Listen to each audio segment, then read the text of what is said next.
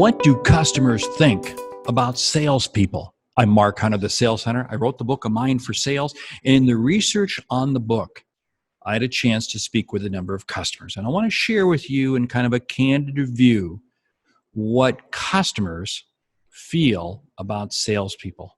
First of all, let me be brutally blunt. There's not too many salespeople that customers say, wow, I'm really appreciative of this person. Now, I'm not talking so much about the transactional person who makes the one-time sale. I'm talking about the account executive.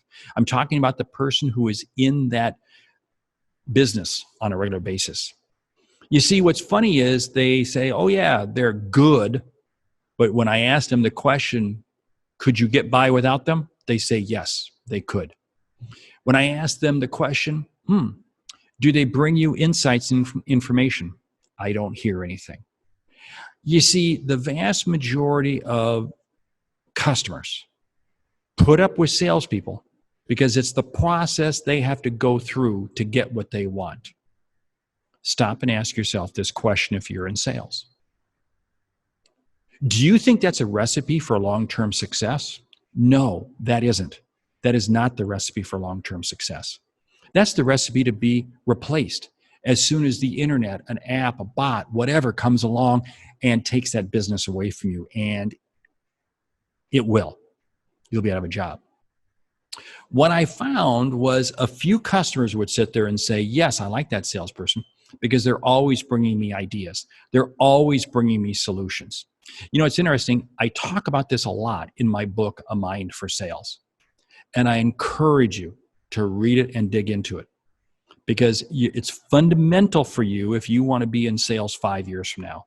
I used to say if you want to be in sales 10 years from now, but you know what? The world contracted quite a bit. You see, here's the whole thing. Customers are not looking for salespeople because they view salespeople as just being time sucks. They just take time. What they want is they want salespeople who bring them solutions and bring them ideas. But this is the other thing. When I would ask customers, say, do you feel salespeople listen to you? The vast majority of the comment I heard was, no, they don't. They say they do, but they don't. They pretty much always have their mind made up before they even ask me a question. Or as one customer told me, one buyer told me, he said, what I don't like are salespeople who come in and ask me questions to help them look smart. Think about that for a moment. And this is a real problem. Salespeople will walk in and ask a customer a question that they know the customer can't answer, but they can answer, and it's the way they look good. I had one buyer share with me, this is a concept that I've always believed, and it was amazing. I had a buyer share this with me. The belief is this. I want to walk into a customer and to be able to ask them questions that they can't answer and I can't answer. And when we do that, we have a great conversation. And I had one buyer share with me that. Made the comment that there was one salesperson who they liked because they came in and they always challenged them. They get on the phone, they challenge them. But it always created a better outcome. But here was the whole thing.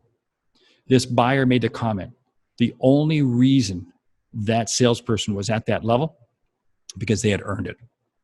They had spent many years becoming transparent and demonstrating integrity and created trust and confidence with the customer. You see, that really is the big underlying piece that I found did not come up in many conversations. Where customers would sit there and say, I trust that person. I have a level of confidence with them. They demonstrate integrity. Those words I rarely heard, and that's disturbing.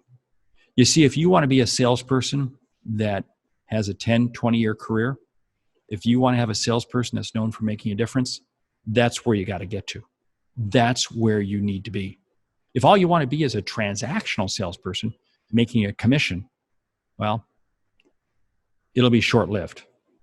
In fact, in my book, A Mind for Sales, at the beginning of the book, I talk about that because I got fired from my first 2 jobs because that was the attitude I had. And it wasn't until I shifted my mindset and I began to think differently and react differently that I begin to see things differently.